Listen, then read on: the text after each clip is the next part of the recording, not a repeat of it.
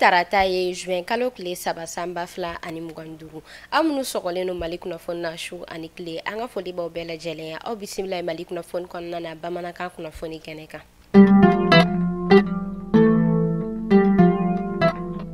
Kunnafoni daminɛna kunu tɛnɛndon juin kalo kile fila sanba fila ani mugan duuru an ka camancɛ fanga ɲɛmɔgɔ général d'armée Asimi Goita ale bɔla ka ladala drapeau yɛlɛ min bɛ kɛ an ka jamana kɔnɔna na kalo tɛnɛ fɔlɔ la a bɔla ka o baaraw waleya kuluba palais kɔnɔna na ni a ka marabolo maaw ye fɛn min yɛrɛ kɔni ye jamana caman o lasigidenw ye olu tun bɛ kɛnɛ ka fɔ ka taa se an ka ɲɛma caman olu ma baara min ni o yɛrɛ kɔni bɛ faso kanu o ko fɔ o tɛmɛnen kɔfɛ an ka premier ministre général de division Abdoulaye Maïga ale bɔla ka ladala drapeau yɛlɛ ko o baaraw ko o waleya primature kɔnɔna na ni a ka marabolo maaw ye drapeau yɛlɛ min yɛrɛ kɛnɛ ka fɛn min an ka lakana tigilama caman olu kun bɛ yen fɔ ka taa se primature ale personnel ma fɔ ka taa se pionneau yɛrɛ kɔni ma o caman bɔla ka drapeau yɛlɛ kɛ kɛnɛ kan baara min ni o yɛrɛ kɔni bɛ tali kɛ faso kanu ale kunkanko la halisa an bɛ to ladala drapeau yɛlɛ ale kunnafoniyaw kɔnɔna na ministre min ni olu ka baara bɛnnen no an ka Bamaliban ale kɔkanko ɲɛnɛbɔla ma ministère des affaires étrangères et de la coopération internationale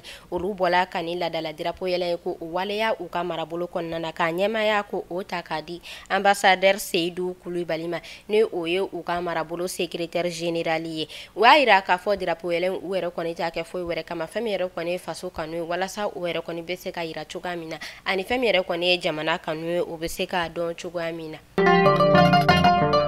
État-major général des armées ale bɔla ka kunnafoniya jɛnsɛ kunu tɛnɛndon juin kalo kile fila sanba fila ani mugan duuru kɔnɔna na a yirala k'a fɔ binganiwale tigilama dɔw olu bɔla ka taa binganiwale ko o ta ka Tombouctou marabolo sɛgɛrɛ kɛrɛnkɛrɛnnenya la u ka kan min bɛ yen nɔ ni ale bɛ wele ko Cheikh Sidi Bekaye ani u ka aéroport Tombouctou ale marabolo kɔnɔna na ka taa binganiwale ka o ta ka ni marabolo kofɔta in sɛgɛrɛ nɛgɛ kanɲɛ 10 waati sɔgɔmada fɛ a yirala k'a fɔ fɛn min ye an ka lakana tigilamaw ye olu kɔni bɔla ka wuli ka jɔ sigi sen ka dankari kɛ ni binganiwale in na wa yira k'a fɔ u yɛrɛ kɔni bɔla ka binganiwale tigilama ma 14 ɲɔgɔn kɔ ko olu de bɔnɛ u ni na ma 31 ko o y'olu kɔni interpellé fɛn min ye nin binganiwale tigilama ninnu ye a yirala k'a fɔ u bɔla k'u ka kɛlɛkɛminɛw yɛrɛ kɔni caman minɛ fɔ ka taa se u ka bolimafɛnw ma ani fɛn min ye u ka maramafɛnw ye olu minɛna an ka kɛlɛkɛcɛw fɛ état-major général des armées a bɔla ka foli bila kɛ ka ɲɛsin an ka kɛlɛkɛcɛw ma u ka nin wuli ka jɔ in na a y'a yira k'a fɔ ni jamana kɔnɔdenw kɔni farala ɲɔgɔn kan ko o bɛ se ka kɛ sababu ye ka to fɛn min ye binganiwale ninnu ye ko dankari bɛ kɛ olu la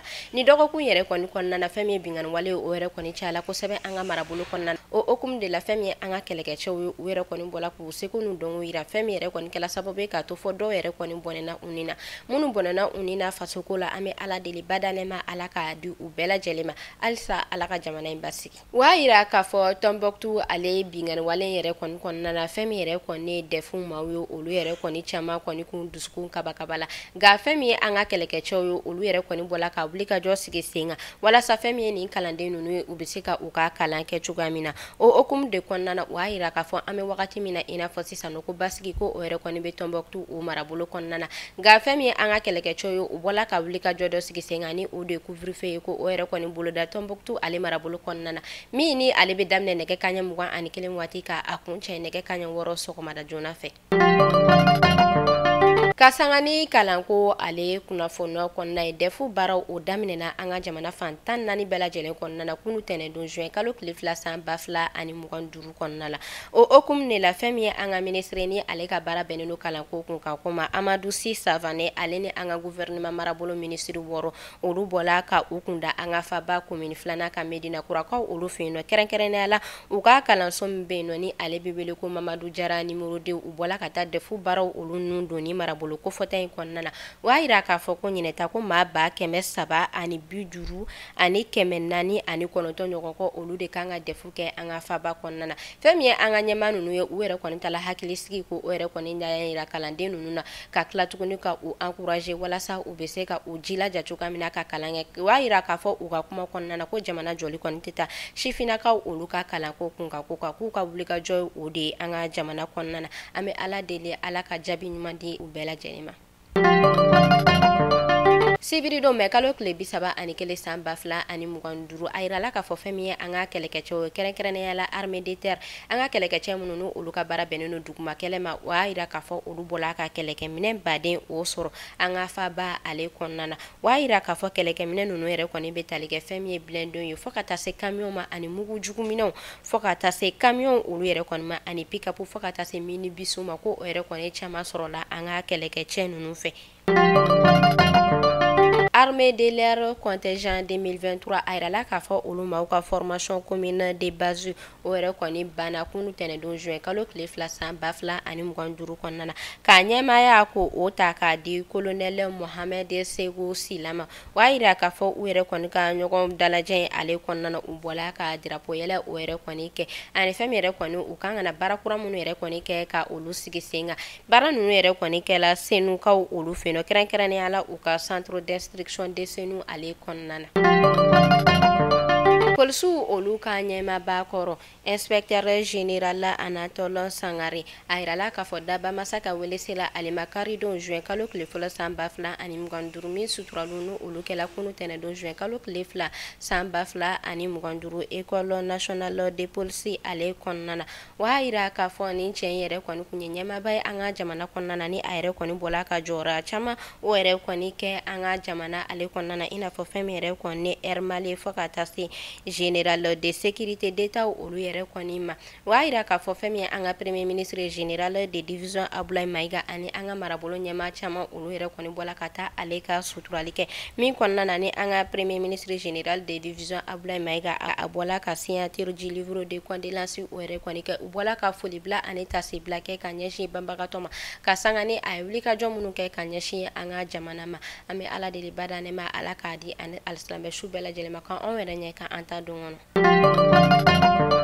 Jamana kun fɔ jɛkulu min bɛ yen nɔ ni olu ka baara bɛnnen don buna adamadenya sɔrɔ fo ka taa se segu ale ni dɔnko kunkanko ma ni ale ɲɛmaaba ye Yakuba Katile ye olu bɔla ka ɲɔgɔn dalajɛ kɛ kunu tɛnɛndon juin kalo tile 2 san 2025 kɔnɔna na o y'a yira k'a fɔ u ka nin ɲɔgɔn dalajɛ in ɲinɛ bɛ bɛn ale ta ko seginna ma min ni a bɛ kɛ san o san o y'a yira k'a fɔ u bɛna tile 15 ɲɔgɔn dalajɛ yɛrɛ kɔni kɛ ka hakilina falenw kɛ ɲɔgɔn dalajɛ min ni o yɛrɛ kɔni bɛ tali kɛ baara kura minnu ni olu daminɛna san 2025 kɔnɔna na olu bɛ se ka laban cogoya min na ka tila ka u waleya baara kura minnu ni olu ɲɛsinen no u yɛrɛ kɔni ka cɛkɛda ale kunkanko ma fɔ ka taa se jamanadenw olu yɛrɛ kɔni ka lafiya ale cogoya ma fɛn min ye Yakuba Katile ni ale yɛrɛ kɔni ni cɛkɛda in ɲɛmaa ye a ka kumaw kɔnɔna na a y'a yira k'a fɔ u yɛrɛ kɔni bɛna wulikajɔ sigi sen kan fɛn min yɛrɛ kɔni ye jamana kɔnɔdenw ye olu fɛla bɛ se ka dɔn cogoya min na ani dekun min bɛ jamana kɔnɔdenw ka fɛɛrɛ bɛ se ka sɔrɔ olu la cogoya min na a ka kumaw kɔnɔna na a y'a yira k'a fɔ san o san a ka kan fɛn min ye institution ye olu ka wuli ka don jamana kɔnɔdenw kan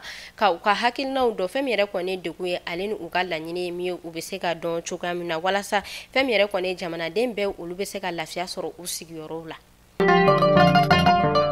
Kunnafoniyaw kun cɛ an bɛ taa Nigeria a yira la k'a fɔ Nigeria jamana kɔnɔna na u bɔla ka maa 30 ka olu minɛ o y'a yira k'a fɔ ni maa 30 ninnu ko olu ka baara de bɛnnen don maramafɛnw ko olu feere binganni wale tigilama ninnu ma o hukumu de kɔnɔna na o y'a yira k'a fɔ fɛn min yɛrɛ kɔni ye soldat 18 ye o yɛrɛ kɔni tun bɛ ni maa 30 ninnu kɔnɔna na fɛn min ye policier mobile ale maa 15 ɲɔgɔn ko o y'a yira k'a fɔ ko o fɛnɛ tun b'a kɔnɔna na fɛn min yɛrɛ kɔni ye civil o y'a yira k'a fɔ tuguni ko o maa 8 fɛnɛ tun b'a kɔnɔna na o y'a yira k'a fɔ ko ni maa kofɔta ninnu fɛnɛ na ko chef traditionnel dɔ olu tun b'a la minnu yɛrɛ kɔni minɛna Nigeria ale lakana tigilamaw fɛ kunnafoniyaw olu yɛrɛ kɔni bɔla Nigeria ale porte parole de l'armée dɔ ale yɔrɔ